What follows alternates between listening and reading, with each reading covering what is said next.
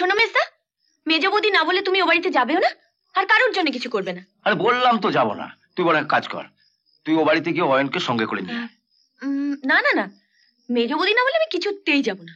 সে তো বটে, তুই আমার কথা বলে শোনো, তুমি আমার বোন আমার যাই হও, সোজা কথা শুনে না, এ বাড়িতে মেজ বৌদি ছাড়া কোনো কিছু চলবে না, সাফ কথা।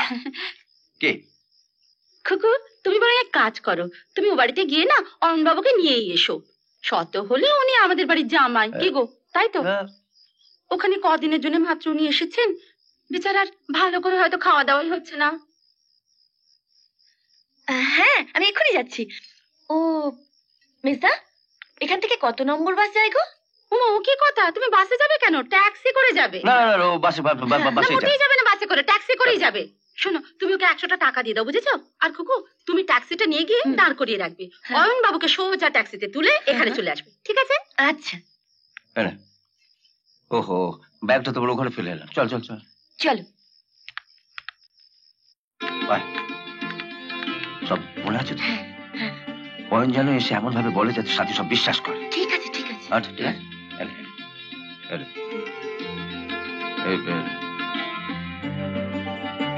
এখানে 3000 টাকা আছে। আচ্ছা, বড় বৌদিকে দিয়ে বলবি সাথী পাঠিয়েছে।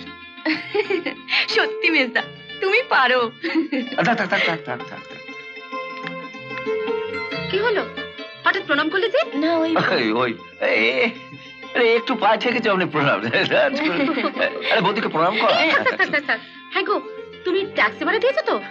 আর বলতে হ্যাঁ দিয়েছি। বড় বৌদি, একবার বাইরে আসবে?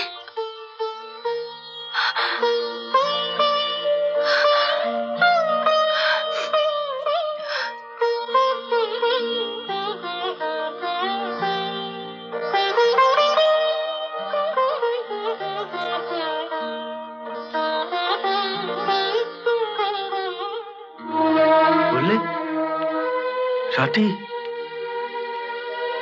সাথী টাকা পাঠিয়েছে?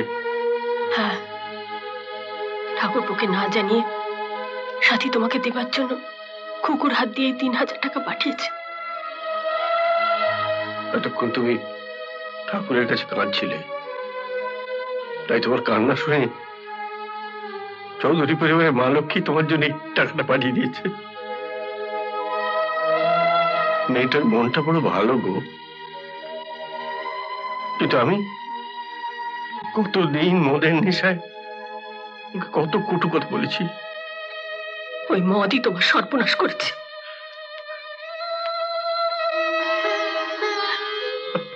আরতি, আরতি, আজ আমি তোমার হাত ধরে কথা দিচ্ছি, আজ থেকে আমি আর কোনোদিন মদ চাবো না, কোনোদিন না। বড়দা মদ ছবেন না, এ কথা আপনি আমাকে বিশ্বাস করতে বলেন? শুধু মদ ছোবেন না তাই না, কাল মা বাবার কাছে বড়দা শপথ করেছেন আপনি যা সাজা দেবেন উনি তা মাথা পেতে নেবেন। আমি যা সাজা দেব বড়দা মাথা পেতে নেবেন? শুধু কি তাই, আসার সময় তো আমাকে বারবার বলে দিয়েছেন যাতে ওনার হয়ে আমি আপনার কাছে ক্ষমা চেয়ে নিই। বড়দা এসব বলেছেন? বাবা মাকে আমার সামনে বড়দা বললেন আমি দোষ করেছি, তার শাস্তি আমি পাচ্ছি, সাথীকে তোমরা কিছু বলো না, ও যেমন ওর স্বামীকে নিয়ে আনন্দে আছে, থাক, সুখে থাক। আসলে বড়দার এখন মদ কেনার টাকা নেই, মদ খেতে পাচ্ছে না তো, তাই মুখ দিয়ে ভালো ভালো বলে বেরোচ্ছে। পেটে একবার মদ পড়লেই।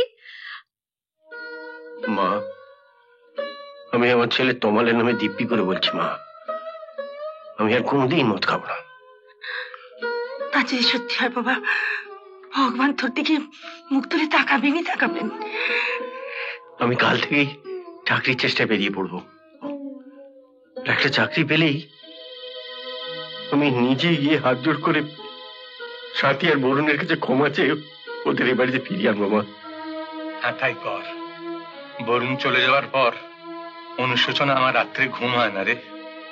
চাকরি পাবি তো রে?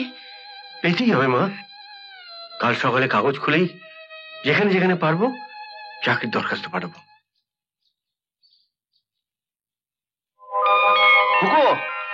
সাথী, কি হলো? দাদার কোম্পানি খুলে গেছে। খুলে গেছে? হ্যাঁ, দাদা এই 2 বছরের মানে একসঙ্গে পাবে। কাল রাতের প্রতিজ্ঞা তাহলে গেল। খুশিতে মদ না ধরেন? আমি এত অপমান করেছি মা, তার সত্ত্বেও সাথী যখন টাকা পাঠালো তখনই আমার মনে হয়েছিল এবার আমার ভালো হবে। জানি বাবা, তুই জানা একবার ওদের ফ্ল্যাটে, দরকার হলে হাত জোর করে ক্ষমা চেয়েও তুই ওদের ফিরিয়ে আন বাবা, এই বাড়িতে ফিরিয়ে আন। আবার ফিরে যাবো ও বাড়িতে? তুমি আমার ছোট বোনের মতো, তবু তোমার কাছে আমি হাত জোর করে ক্ষমা চাইছি সাথী। একদিন সেই গুড্ডুর চিকিৎসার জন্য আমি 100 টাকা দিইনি। আজ সেই গুড্ডুর এবারে জন্মদিনে সমস্ত খরচা আমার। তুমি শুধু আমাকে আমার পাপের প্রায়শ্চিত্তটুকু করতে দাও।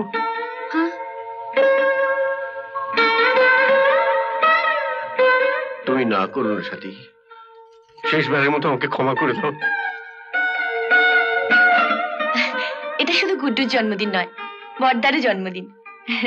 এতদিন আমরা যে বড়দাকে দেখে এসেছি, এ বড়দা সে বড়দা নয়। মেজ বৌদি, তুমি আর না করো না। রাজি হয়ে যান না মেজো বৌদি। সেই ছেলেবেলায় সবাই একসঙ্গে বসে খেয়েছে, এতদিন পর আবার সে সুযোগ এসছে। বাবা মা ভাই বোন একসঙ্গে মিলে আবার আনন্দ করব।